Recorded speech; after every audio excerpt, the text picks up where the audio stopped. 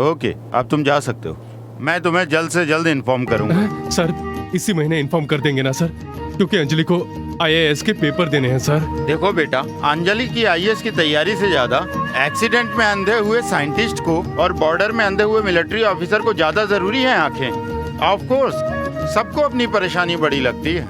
यहाँ हम समस्या दूर नहीं करते, प्रोसेस से काम करते हैं। अगर उस तरह से देखा जाए तो तुम्हारी अंजलि को अगले साल के बाद ही आंखें मिल सकती हैं। सर उससे पहले अंजलि की आंखें ठीक नहीं हो सकती। आई एम सॉरी, अब आप जा सकते हैं। सर आप भी ऐसे प्लीज।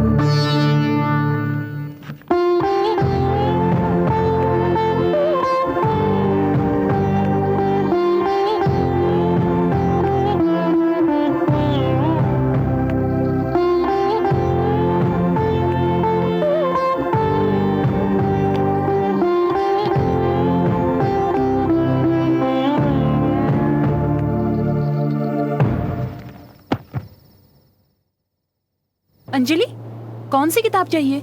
इन सारी किताबों को अपने किसी दोस्त को दे दो स्वाति। अब ये मेरी किसी काम की नहीं, कम से कम उनके तो किसी काम आ जाएगी। अरे बेटा, उसे कोई दूसरा अपनी आंख क्यों दे, मैं ही अपनी आंख दे देता हूँ। दादाजी।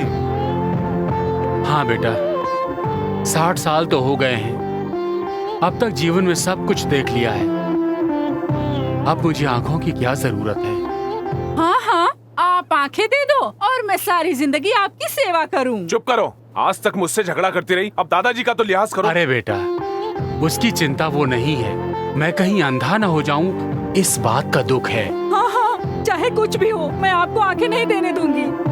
भाभी आप परेशान मत होइए। जब आदमी जिंदा होता है तो कोई भी आंखें नहीं लेता, मरने के बाद ही उसकी आंखें दान दी जाती है। क्या कहा? जिंदा आदमी अपनी आंखें नहीं दे सकता क्या? नहीं दादाजी।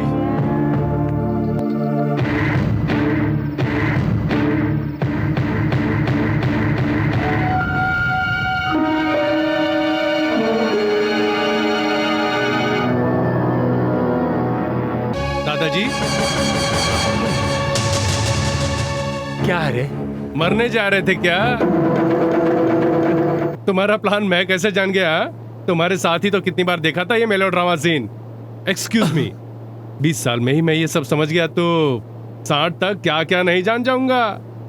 दादाजी, एक लड़की की आंखें चली गई तो आप इतना परेशान हो उठे। माँ बाप सबका प्यार देने वाले दादाजी ही अगर नहीं रहेंगे तो हमें कितनी परेशानी होगी दादाजी। लेकिन इस तरह की बात आप कभी भी नहीं सोचेंगे, है ना दादाजी?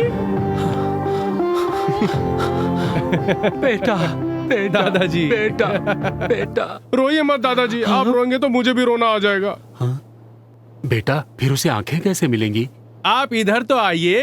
अब इधर किस लिए लाया है? सर्वम चिरंजीवी। सब अपना बॉस देख लेगा क्या?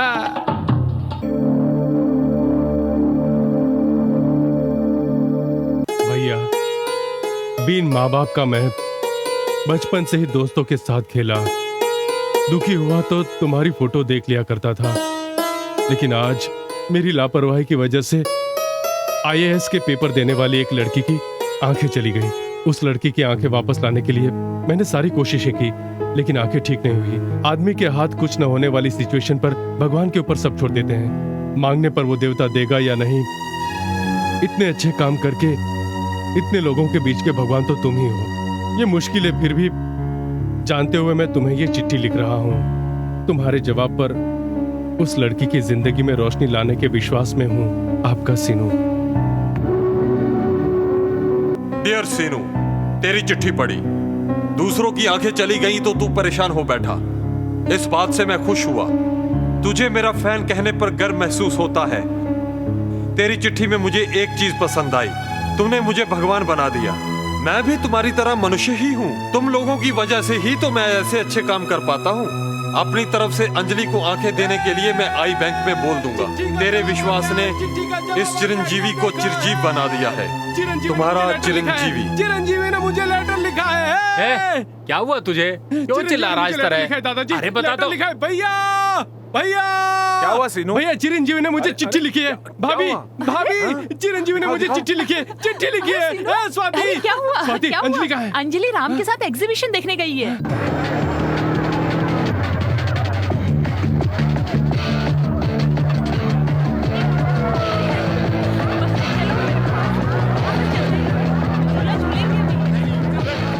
अंकल 2 चोकोबार देना। राम, क्या है सीनू? अंजलि का है, जानता है तू? मुझे कहा कि तू आइसक्रीम खा ले और पैसे दे दिए उसने। वो वहाँ होगी, देख लो। अंजलि, अंजलि,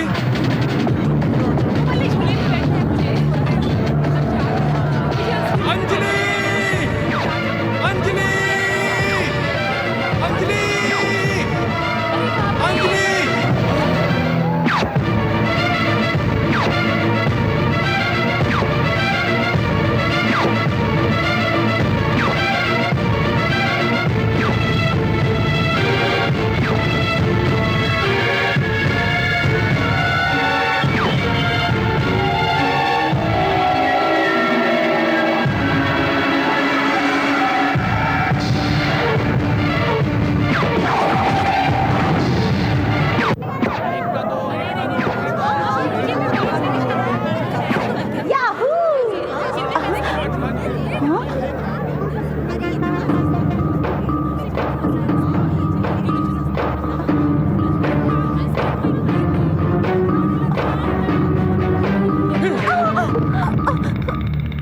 तेरी हिम्मत कैसे हुई हमें धोखा देने की? छोड़ दो दादाजी, आप कुछ नहीं जानते इसके बारे में। छोड़ दो मुझे। आज तक ये ड्रामा कर रही थी, ये अंधी नहीं है।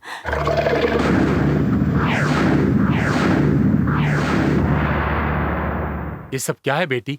आखिर तुम हमारे घर को क्यों बर्बाद कर रही हो? बदला, सीनू से बदला। ए, तूने बर्बाद किया था ना आईएएस की पढ़ाई को नहीं, बल्कि मेरी लाइफ को। उस दिन जब मैंने स्वाति का एक छोटा सा एक्सीडेंट किया था, उस दिन मैं जा रही थी अपनी शादी के लिए। उस दिन रजिस्टर ऑफिस में कुमार के साथ मेरी शादी थी। इतना टाइम हो गया, अंजलि अभी तक आई क्यों नहीं? आधे घंटे पहले निकल चुकी है, आती ही होगी।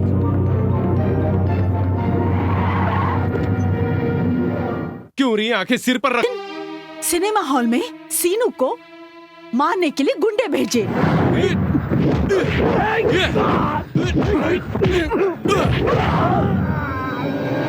लेकिन वो तेरा कुछ बिगाड़ नहीं पाए, और तब मैंने डिसाइड किया कि प्यार का नाटक करके मैं तुझसे अपना बदला ले लूंगी।